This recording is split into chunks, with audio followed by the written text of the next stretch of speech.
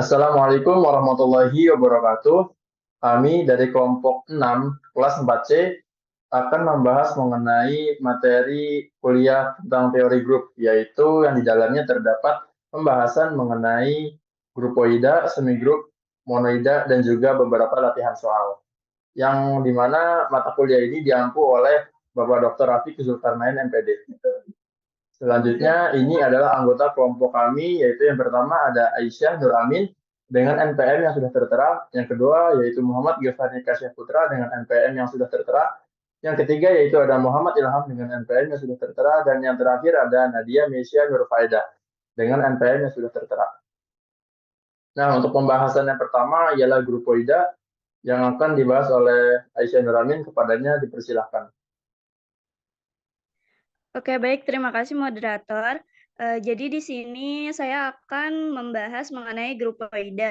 Untuk yang pertama itu kita harus ketahui dulu definisinya. Nah, di definisi 10 mengenai grupoida, jadi grupoida itu di himpunan H terhadap operasi biner. Nah, itu disebut grupoida. Nah, tapi grupoida itu disebut operasi biner, disebut grupoida itu apabila H tertutup terhadap operasi biner, yakni setiap H1, H2 elemen H, jadi H1 dengan operasi bintang H2 elemen H. Jadi intinya grupoida itu operasi biner yang mempunyai sifat ketertutupan gitu. Nah, di sini ada contohnya. Yang A, himpunan bilangan asli N disebut grupoida terhadap operasi penjumlahan karena setiap N1, N2 elemen N berlaku N1 ditambah N2 elemen N. Nah, jadi yang A ini si N-nya itu merupakan grupoida karena memiliki sifat ketertutupan. Lalu yang kedua ini, himpunan bilangan asli N bukan grupoida terhadap operasi pengurangan. Karena ada N1, N2, elemen N yang menyebabkan N1 dikurangi N2 bukan elemen N dengan N1 kurang dari N2. Jadi seperti yang kita ketahui, N itu kan bilangan asli ya, di mana 1 sampai selanjutnya. Nah, kalau misalkan N1 dikurangi N2, dengan N1-nya itu kurang dari N2, nah maka itu bakal jadi negatif atau 0 gitu ya. Jadi bukan merupakan elemen N. Jadi tidak ketertutupan. Lalu yang C di sini ada himpunan bilangan bulat Z disebut grupoida terhadap operasi pengurangan karena setiap Z1, Z2 elemen Z yang menyebabkan Z1 dikurangi Z2 elemen Z. Nah, kenapa sih kok bisa kayak gitu? Nah, kita lihat dari 11 kasus di bawah. Maaf yang kasus 10 itu harusnya 11 ya yang paling bawah. Nah, untuk kasus pertama, misalkan Z1, Z2-nya itu elemen bilangan bulat positif atau Z positif dengan Z1 kurang dari Z2, maka Z1 dikurangi Z2 elemen Z. Nah, untuk kasus yang kedua, misalkan Z1, Z2-nya elemen Z positif dengan Z1 lebih dari Z2, maka Z1 dikurangi Z2 elemen Z. Nah, untuk yang kasus ketiganya, misalkan Z1, Z2-nya itu elemen Z min atau bilangan bulat negatif. Dengan Z1-nya itu kurang dari Z2, maka Z1 dikurangi Z2-nya itu masih tetap elemen Z. Nah, kasus keempat, misalkan Z1, Z2-nya elemen Z negatif dengan Z1 lebih dari Z2, maka hasilnya masih tetap Z1 dikurangi Z2 elemen Z. Nah, untuk kasus kelima, misalkan Z1-nya itu Z positif dan Z2-nya itu bilangan bulat negatif, maka Z1 dikurangi Z2 masih termasuk elemen bilangan bulat atau Z. Nah, kasus keenam, misalkan Z1 itu elemen bilangan bulat negatif dan Z2 elemen bilangan bulat positif, maka Z1 dikurangi Z2 merupakan elemen bilangan bulat atau Z. Nah, Lalu di kasus 7, misalkan Z1 elemen bilangan bulat positif dan Z2 elemen 0, di mana 0 itu kan masih bilangan bulat ya. Maka Z1 dikurangi Z2 masih merupakan elemen bilangan bulat. Nah, untuk kasus 8, misalkan Z1-nya itu bilangan bulat negatif, nah Z2-nya elemen 0, maka Z1 dikurangi Z2 elemen bilangan bulat juga. Nah, untuk kasus 9, 10, dan 11 itu sudah dibuktikan bahwa eh, hasil grupoida karena memiliki sifat ketertutupan. Oke, untuk pembahasan grupoida segitu saja. Dikembali. Baik, terima kasih kepada Saudari Aisyah Nuramin atas penjelasannya mengenai grupoida. Nah, selanjutnya di sini ada tentang semigroup yang akan dibahas oleh saya sendiri. Di sini terdapat definisi 11 ya, yaitu tentang semigroup. Yang di mana definisi tersebut berbunyi bahwa suatu himpunan H terhadap operasi biner bintang disebut semigroup apabila H merupakan grupoida yang berlaku sifat asosiatif. Dengan kata lain, H disebut semigroup terhadap operasi biner bintang apabila berlaku yang pertama, H itu tertutup terhadap operasi biner. Untuk setiap H1, H2 elemen H, maka H1 hasil operasi dari H1 dengan H2 itu akan tetap menjadi elemen H, yaitu yang pertama ini berlaku sifat ketertutupan. Ya, untuk membuktikan bahwa suatu himpunan termasuk semigroup, yang pertama kita harus membuktikan bahwa dia berlaku grupoida.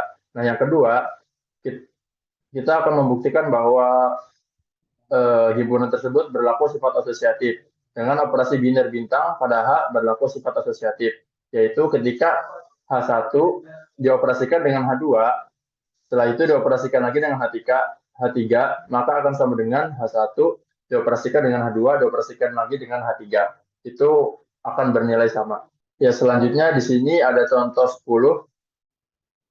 Nah, di dalam contoh 10 ini diberikan tabel Cayley yang menunjukkan operasi bintang pada himpunan A yang beranggotakan 1 dan 2. Nah, di sini dapat kita lihat operasi linearnya dalam tabel Cayley. Nah, di situ dapat kita perhatikan ya bahwa 1 dioperasikan dengan 1 maka menghasilkan 1. Dan begitu pun seterusnya. Nah, himpunan A terhadap operasi biner disebut semigroup karena semua kemungkinan akan diperoleh. Yang pertama kita akan mengoperasikan bahwa 1 dioperasikan dengan 1, setelah itu dioperasikan dengan 1 lagi, akan sama dengan 1 dioperasikan dengan 1, dioperasikan dengan 1. Kita buktikan bahwa ternyata benar hasilnya yaitu sama, 1 sama dengan 1. Yang kedua juga sama pembuktiannya ketika yang anggota pertama dioperasikan dengan anggota kedua, dioperasikan lagi dengan anggota ketiga, yaitu ini ada 1, 1, 2. Sama dengan 1 dioperasikan dengan 1, dioperasikan lagi dengan 2. Nah, di sini juga masih sama ya hasilnya. Setelah itu dibuktikan kembali untuk kasus ketiganya, yaitu ketika 1 dioperasikan lagi dengan 2, dioperasikan lagi dengan 3, dengan anggota yang ketiga maksudnya, sama dengan anggota pertama dioperasikan dengan anggota kedua, setelah itu dioperasikan lagi dengan anggota yang ketiga. Maka hasilnya masih sama, yaitu 1 sama dengan 1. Dan juga akan dicoba untuk beberapa kasus-kasusnya ya. Kita ganti anggotanya dengan anggota yang sudah ada di tabel Cayley ini.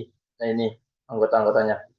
Nah, kalau dapat dilihat dari tabel anggota Cayley juga dapat dilihat bahwa di sini hasilnya itu sama dengan 1. Jadi anggota manapun yang dioperasikan dengan anggota lain itu hasilnya akan tetap 1. Maka di dalam contoh 10 ini terbukti bahwa operasi biner bintang tersebut berlaku semigroup. Nah, untuk selanjutnya yaitu ada monoida yang akan dibahas oleh Nadia. Kepadanya dipersilakan. Baik, terima kasih moderator. Selanjutnya kita akan membahas mengenai monoida. Nah, di sini ada definisi mengenai monoida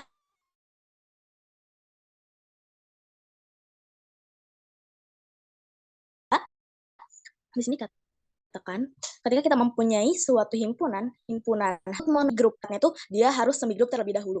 Nah, semigrup di sini harus memiliki elemen identitas. Jadi, monoida ini adalah suatu semigrup yang memiliki elemen identitas. Jadi ya, berarti syaratnya di sini dengan kata lain, himpunan H disebut monoida terhadap operasi biner bintang apabila berlaku. Di sini ada 3 syarat. Yang pertama, himpunan H itu tertutup terhadap operasi biner. Berarti di sini sifatnya tadi ya grupoida. Dia memenuhi syarat grupoida, di mana untuk setiap H1, H2 elemen himpunan H, ini akan mengakibatkan H1 dioperasikan dengan operasi biner dengan H2, ini akan menghasilkan elemen dari himpunan H itu sendiri gitu tadi ya. Ini memenuhi syarat grupoida. Terus syarat yang kedua, operasi biner bintang pada himpunan H berlaku sifat asosiatif, di mana tadi asosiatif ini merupakan syarat dari semigrup. Di mana untuk H1 dioperasikan dengan H2, dioperasikan lagi dengan H3, ini sama dengan H1 ketika dioperasikan dengan H2 dan H3 gitu. Ini ruas kiri dan ruas kanannya tadi ya akan sama dengan, ini memenuhi sifat semigrup. Nah, di syarat yang ketiga ini untuk setiap H elemen himpunan H terdapat secara tunggal elemen himpunan H yang mengakibatkan operasi biner bintang dengan H akan menghasilkan H itu sendiri. Dan H apabila dioperasikan dengan akan menghasilkan H itu sendiri. Jadi ketika kita mempunyai suatu gitu secara tunggal, hanya satu-satunya di elemen himpunan H tersebut, ketika kita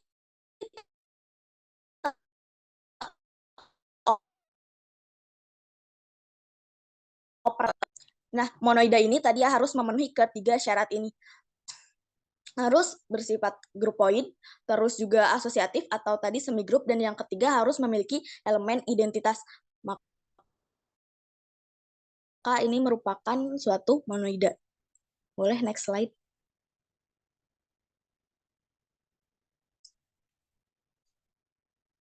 Oke, di sini ada contoh dari monoida. Misalkan kita himpunan bilangan asli, kita punya himpunan bilangan asli N terhadap operasi perkalian. Operasi perkalian biasa adalah monoida. Karena untuk setiap N1, N2, N, yang pertama, himpunan N berlaku sifat tertutup terhadap operasi perkalian. Karena untuk menghasilkan elemen bilangan asli tersendiri gitu. Bilangan asli itu sendiri. Berapapun bilangan asli ketika dikalikan dengan bilangan asli itu sendiri akan menghasilkan bilangan asli juga. Ini memenuhi sifat ketertutupan atau grupoida. Nah, yang kedua,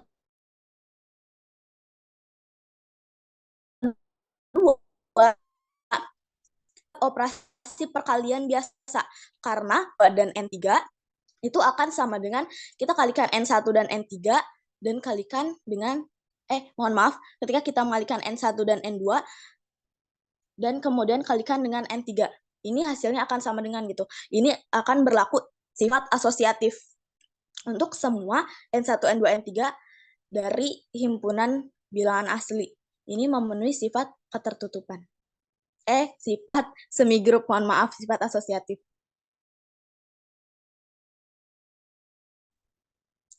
Nah, untuk yang ketiga, ada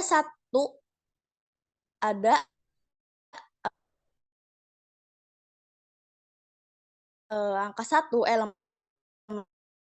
N yang mengakibatkan 1 dikali N elemen identitas. 1 akan, mohon maaf, apabila kita mengalihkan apapun atau sembarang bilangan asli dengan 1 akan menghasilkan bilangan asli itu sendiri. Nah, kita cek syarat monoida. eh, eh, syarat ini.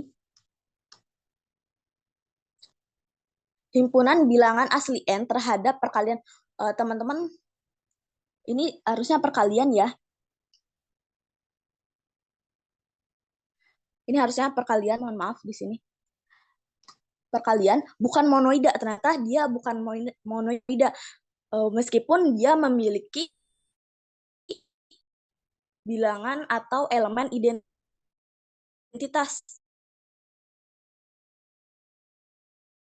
Tetapi dia bukan monoida karena tidak terdapat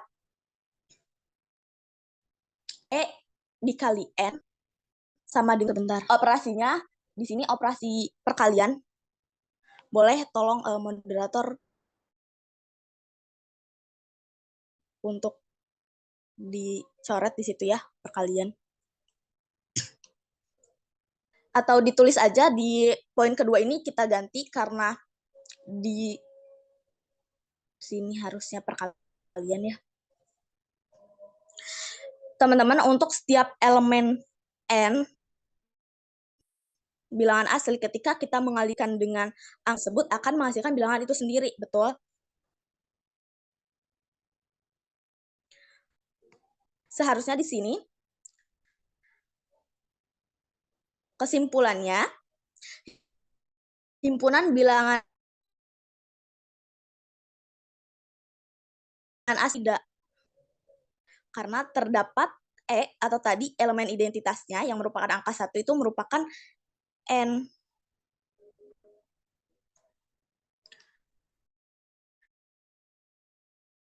Merupakan N juga gitu. Ketika 1 dengan bilangan sembarang bilangan asli itu akan menghasilkan sembarang bilangan asli itu sendiri. Jadi di sini merupakan monoida. Oke, untuk penjelasan monoida sekian. Selanjutnya kita ke latihan.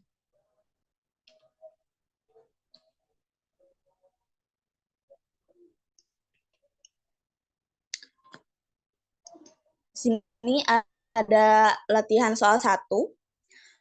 Berikan masing-masing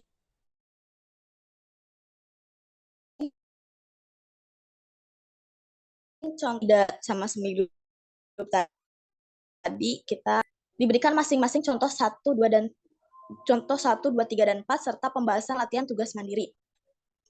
Yang pertama, berdasarkan kelima contoh di atas dapat disimpulkan bahwa operasi biner itu berlaku dalam operasi perkalian dan pengurangan serta pada himpunan pada operasi penjumlahan modulo dengan operasi bilangan bulan. Oke, terima kasih kepada Saudari Nadia atas penyampaiannya. Untuk selanjutnya di sini ada latihan soal 2. Mungkin bisa dilanjut. Oke, kita lanjut ya untuk latihan soal 2. Oke, mohon maaf tadi ada kendala jaringan. Di sini di soal nomor 2, latihan 2 nomor 1 diberikan pemetaan rho, pi dan omega di sini manakah yang termasuk fungsi injektif? Kemukakan alasannya. Nah, kita lihat teman-teman di sini gambarnya ya, di situ ada tertera untuk pemetaan pi dan pemetaan omega berdasarkan definisi 2, suatu fungsi sembarang dikatakan fungsi injektif apabila untuk setiap A1, A2 anggota himpunan A berlaku fungsi θ terhadap A sama dengan fungsi θ A, fungsi pi A terhadap A2 yang menyebabkan A1 sama dengan A2. Nah, dari gambar di atas kita klaim bahwa A1 tidak sama dengan A2. Kita lihat ya di gambar ini, di masing-masing fungsi ini, A1-nya itu berbeda dengan A2 gitu ya. Di sini ada 2 poin di sebelah kirinya.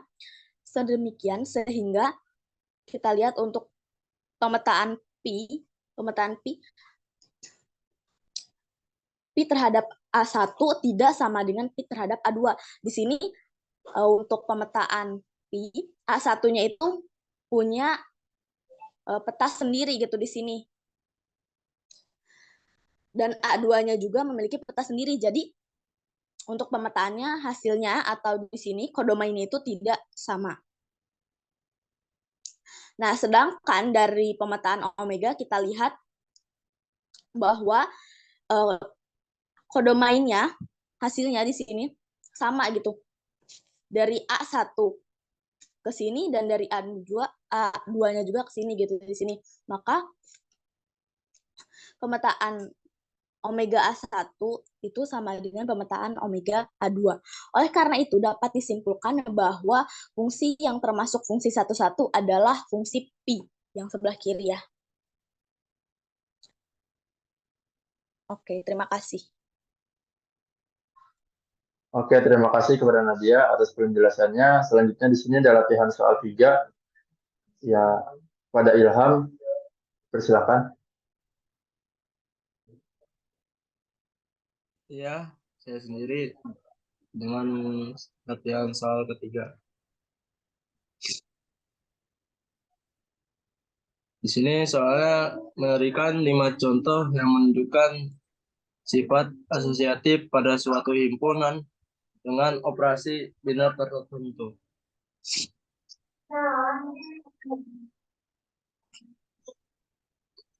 Jawab di sini himpunan bilangan bulat dengan operasi pengulangan, penjumlahan atau sama dengan plus.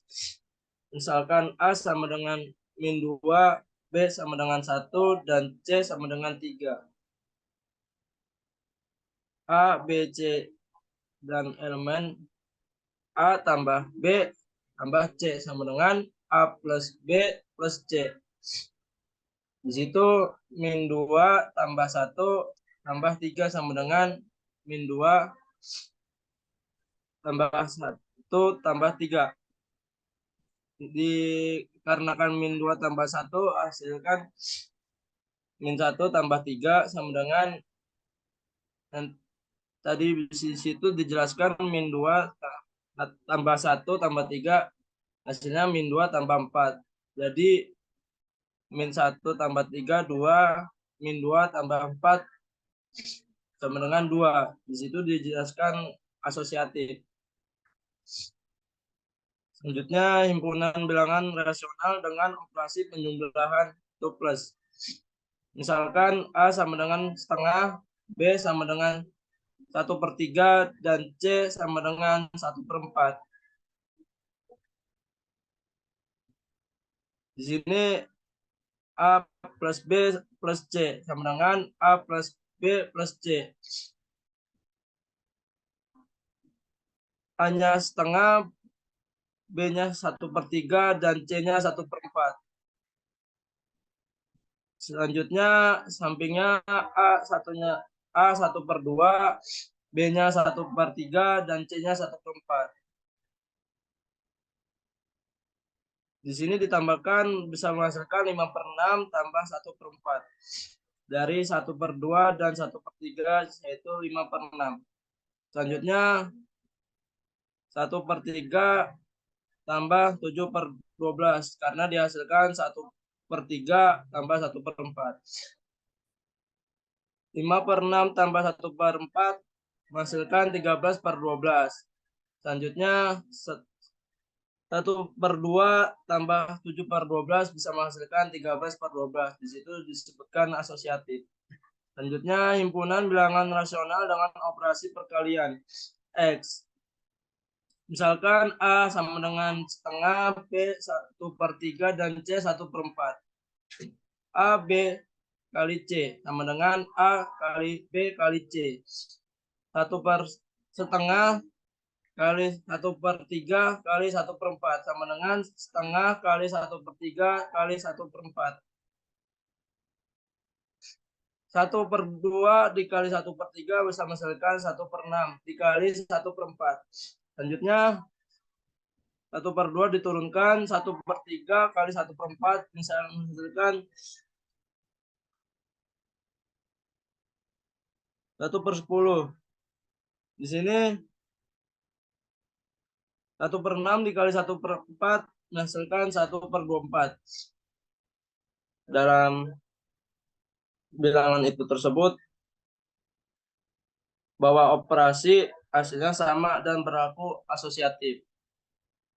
Dan yang kedua, himpunan bilangan rasional dengan operasi penjumlahan, misalkan A sama dengan setengah, B 1/3 dan C 1/4, di situ bisa menghasilkan 13/12 dan 13/12.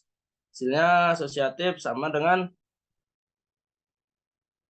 dapat lihat bahwa dari operasi tersebut hasilnya sama dan berlaku asosiatif. Dan yang ketiga,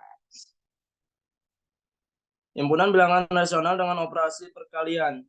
Misalkan A sama dengan setengah, B 1/3 dan C 1/4. Di sini hasilnya 1/24 dan 1/24. Nah, di sini sama berarti asosiatif. Yang keempat, himpunan bilangan asli dengan operasi penjumlahan. Di sini misalkan A sama dengan 2, B sama dengan 5, dan C sama dengan 6. Di sini hasilnya 13/13. 13 sama dengan 13. Nah, di sini sama berarti asosiatif. Yang kelima, himpunan bilangan asli dengan operasi perkalian. Misalkan A sama dengan 2, B sama dengan 5, dan C sama dengan 6. Di sini hasilnya 60 sama dengan 60. Berarti sama, berarti termasuk asosiatif. Oke, next. Di sini latihan soal keempat.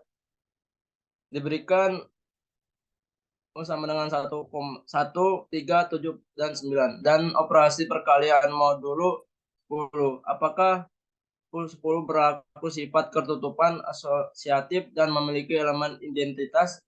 Berikan alasannya. Terlihat pada tabel. Di sini berdasarkan tabel, Kailai disimpulkan bahwa U10 berlaku sifat ketutupan karena setiap A, B elemen U10 diperoleh A, B elemen U10. Selanjutnya, U10 berlaku sifat asosiatif karena setiap A, B, C elemen U10 berlaku A, B, C sama dengan A, B, C. Yang ketiga,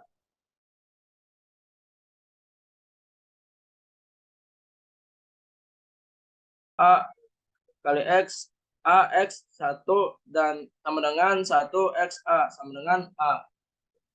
Oke, saya kembalikan kepada moderator. Terima kasih Ilham atas penyampaian dari pembahasan latihan soal-soalnya. Untuk selanjutnya di sini terdapat latihan soal 5 ya. Nah, di dalam latihan soal 5 ini akan dibahas oleh saya sendiri. Oke, nah di sini masih berkaitan dengan latihan soal 4 yang tadi. Nah, dari tabel saya di samping, tentukan nilai inverse setiap anggota-anggotanya. Nah, dapat kita lihat di sini tabel Cayley modulus 10 ya, yang tadi sudah dibahas di latihan soal 4. Langsung saja kita jawab. Kita akan mencari yang pertama yaitu inverse dari 1. Inverse dari 1 adalah 1 karena ketika 1 dioperasikan perkalian dengan modulus 10 dengan 1 akan menghasilkan 1 gitu. Nah, kita cari semua yang ada di modulus 10 ini yang hasilnya itu sama dengan 1.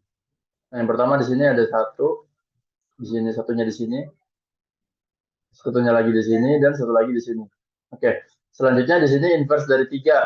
Inverse dari 3 adalah 7, yaitu ketika 3 dioperasikan dengan 7 akan menghasilkan 1, maka inverse dari 3 adalah 7. Selanjutnya yaitu inverse dari 7. Inverse dari 7 adalah 3. Sama nih, 7 ketika dioperasikan dengan 3 dalam modulus 10 akan menghasilkan 1, maka inverse dari 7 adalah 3. Yang terakhir yaitu inverse dari 9. Inverse dari 9 ini adalah angka 9 itu sendiri. Kenapa? Karena ketika 9 dioperasikan dengan 9 modulus 10, maka akan menghasilkan 1. Nah, sekian saja dari pembahasan latihan soal nomor 5. Untuk selanjutnya, yaitu ada latihan soal 6, akan dibawakan oleh Nadia. Kepadanya dipersilakan.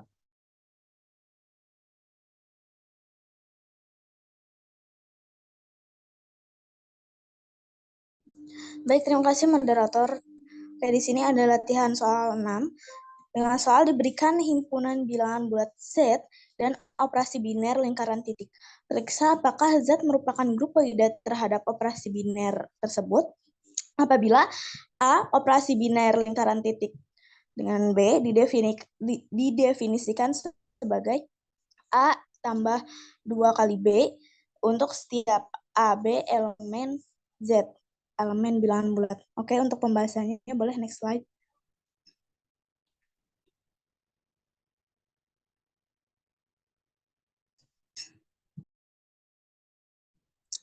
Nah, di sini akan dibuktikan bahwa Z tadi merupakan grup poida terhadap operasi biner lingkaran titik. Untuk grup poida sesuai tadi ya didefinisikan bahwa setiap operasinya untuk A sembarang B dioperasikan itu akan menghasilkan bilangan bulat itu sendiri. Kita ambil sembarang AB elemen Z, akan dibuktikan bahwa A plus 2B sebagai hasilnya tadi merupakan bilangan Z, merupakan bilangan bulat. Nah, di sini untuk kasus pertama, misalkan A dan B-nya itu merupakan bilangan bulat positif. Maka akan menyebabkan A ditambah B ditambah B sama dengan A ditambah 2B. Nah, A ditambah 2B ini bilangan bulat yang A-nya positif dan B-nya juga positif, ini akan menghasilkan bilangan bulat juga. Nah, untuk kasus 2, misalkan A, B elemen Z negatif, maka untuk negatif A ditambah negatif B ditambah negatif B itu akan sama dengan negatif A ditambah 2 dikali negatif B. Nah, ini akan menghasilkan juga negatif Z. Begitupun ketika kita mempunyai A bilangan bulat positif dan B bilangan bulat negatif. Maka ini akan menghasilkan A dikurangi 2B. Hasilnya juga merupakan bilangan bulat. Untuk kasus 4, misalkan A-nya itu bilangan bulat Z negatif dan B-nya bilangan bulat positif, maka akan menghasilkan negatif A ditambah 2B itu juga merupakan bilangan bulat. Kasus 5, ketika kita punya A bilangan bulat positif dan B itu merupakan 0, akan menghasilkan A yang merupakan bilangan bulat itu sendiri. Untuk kasus 6, ketika kita punya bilangan bulat negatif, A sebagai bilangan bulat negatif dan B itu 0, itu akan menghasilkan negatif A. Negatif A di sini juga merupakan bilangan bulat. Begitupun dengan kasus 7, ketika kita punya A-nya 0 dan B-nya bulat positif, maka akan menghasilkan 2B yang merupakan bilangan positif, bilangan bulat. Nah, untuk kasus 8, untuk A adalah 0 dan B-nya Z negatif, maka akan menghasilkan 2 dikali negatif B, yang itu juga merupakan bilangan bulat. Untuk kasus 9, ketika kita punya A-nya itu 0 dan B-nya itu 0, maka akan menghasilkan 0 juga. 0 itu juga merupakan bilangan bulat. Nah, dari kasus 1 sampai 9 terbukti bahwa untuk setiap A dan B elemen Z, elemen bilangan bulat, maka akan terdapat A plus 2B itu merupakan bilangan Z juga bilangan bulat juga. Dengan demikian, maka A operasi biner B akan sama dengan C, itu merupakan suatu pemetaan AB elemen Z ke Z itu sendiri. Sehingga operasi biner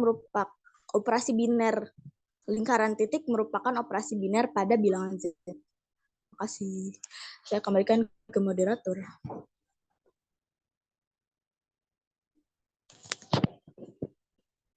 Oke, terima kasih Nadia atas penyampaian materinya. Di sini ada latihan soal selanjutnya. Itu ada latihan soal 7.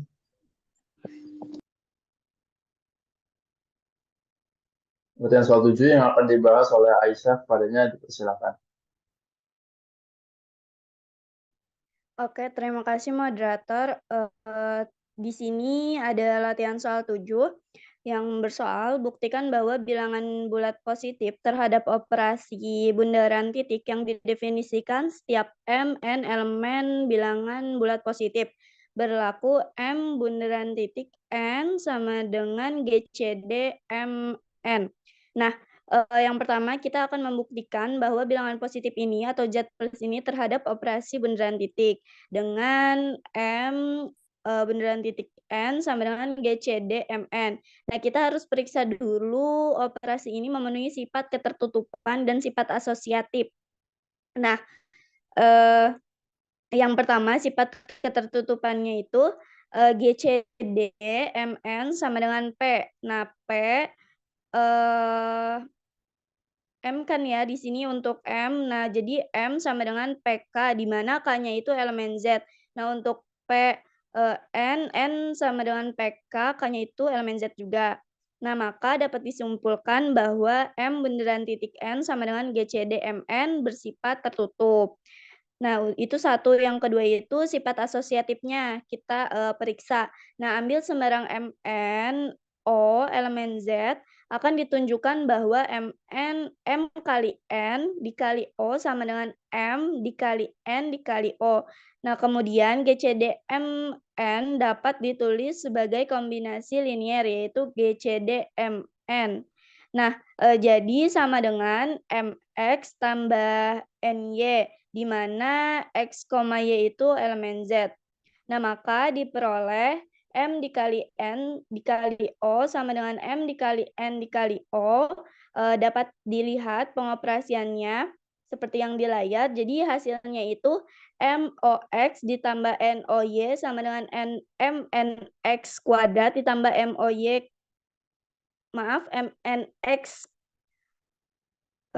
MNX aksen ditambah MOY aksen. Nah, karena perkalian adalah operasi asosiatif pada Z, maka bisa dilihat M dikali N dikali O sama dengan M dikali X aksen ditambah MOY aksen sama dengan MOX tambah NOY sama dengan M kali N kali O.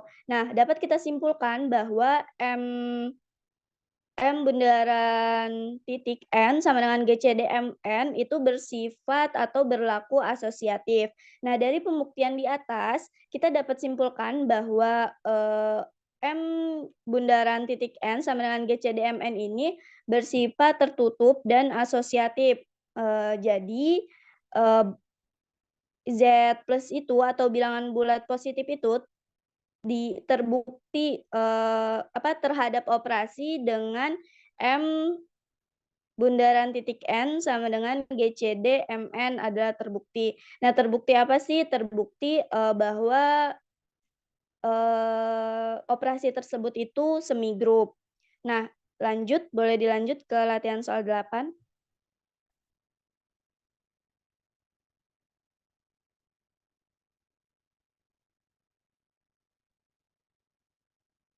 Nah, di sini latihan soal 8 itu berikan contoh yang menunjukkan monoida pada suatu himpunan dengan operasi biner tertentu. Nah, di sini diberikan Z atau himpunan bilangan positif. Nah, periksa apakah Z dengan operasi bundaran kali adalah monoida. Jika setiap A, B elemen Z berlaku, A bundaran kali B sama dengan A tambah B tambah 2. Nah, yang pertama kita buktikan dulu bahwa Z terhadap operasi bundaran kali adalah grupoida. Nah, jika A tambah B tambah 2, maka hasilnya itu kan bakal elemen bulat juga ya. Nah, jadi disimpulkan bahwa Z terhadap operasi bundaran kali adalah grupoida. Nah, yang kedua akan ditunjukkan Z terhadap operasi bundaran kali adalah semigroup. Nah, ini harus membuktikan bahwa si operasi ini tuh bersifat asosiatif. Nah, di sini bisa dilihat yang pertama itu bagian sisi kanannya dulu ya, kan sifat asosiatif itu A dikali B dikali C sama dengan A dikali B kali C juga. Nah, jadi bisa dilihat di sini bahwa sisi kiri dan sisi kanannya itu sama hasilnya. Jadi A tambah B tambah C tambah 4. Nah, maka dapat disimpulkan bahwa Z terhadap operasi bundaran kali adalah semigroup. Nah, lanjut kita membuktikan bahwa Z ini memiliki elemen identitas. Perhatikan bahwa setiap A elemen Z kan mengakibatkan E elemen Z kan mengakibatkan A bundaran kali E sama dengan A. Nah, A bundaran kali E sama dengan A ditambah E tambah 2 sama dengan A. Nah, jadi hasilnya itu kan si E-nya itu sama dengan -2. Nah, begitupun yang E bundaran kali A, maka hasilnya itu sama dengan 2. Nah, jadi dapat kita simpulkan bahwa, si bilangan bulat positif ini, Z ini Maaf, bilangan bulat saja. Jadi dapat kita simpulkan bahwa bilangan bulat ini elemen identitasnya itu -2. Nah, karena si himpunan bilangan bulatnya ini, Z-nya ini memiliki elemen identitas, maka dapat kita simpulkan bahwa Z terhadap bundaran X ini, terhadap operasi bundaran X ini merupakan monoida. Nah, segitu saja, untuk latihan soalnya, saya kembalikan ke moderator. Baik, terima kasih kepada Aisyah Nuramin atas pembahasan dari latihan soal 7 dan juga 8 ya. Oke, mungkin sekian saja penjelasan dari kami. Dapat kita simpulkan, yaitu yang pertama tadi ada grupoida. Grupoida ialah suatu elemen himpunan yang apabila dioperasikan dengan elemen lainnya, maka akan bersifat ketertutupan. Sedangkan yang semigroup itu ialah suatu grupoida yang memiliki sifat asosiatif. Yang terakhir yaitu ada monoida. Monoida itu sendiri adalah suatu semigroup yang memiliki elemen identitas. Mungkin itu saja yang dapat kami sampaikan dari kelompok 6. Apabila ada kekurangan ataupun kesalahan, mohon dimaafkan. Kurang lebihnya mohon maaf. Wassalamualaikum warahmatullahi wabarakatuh.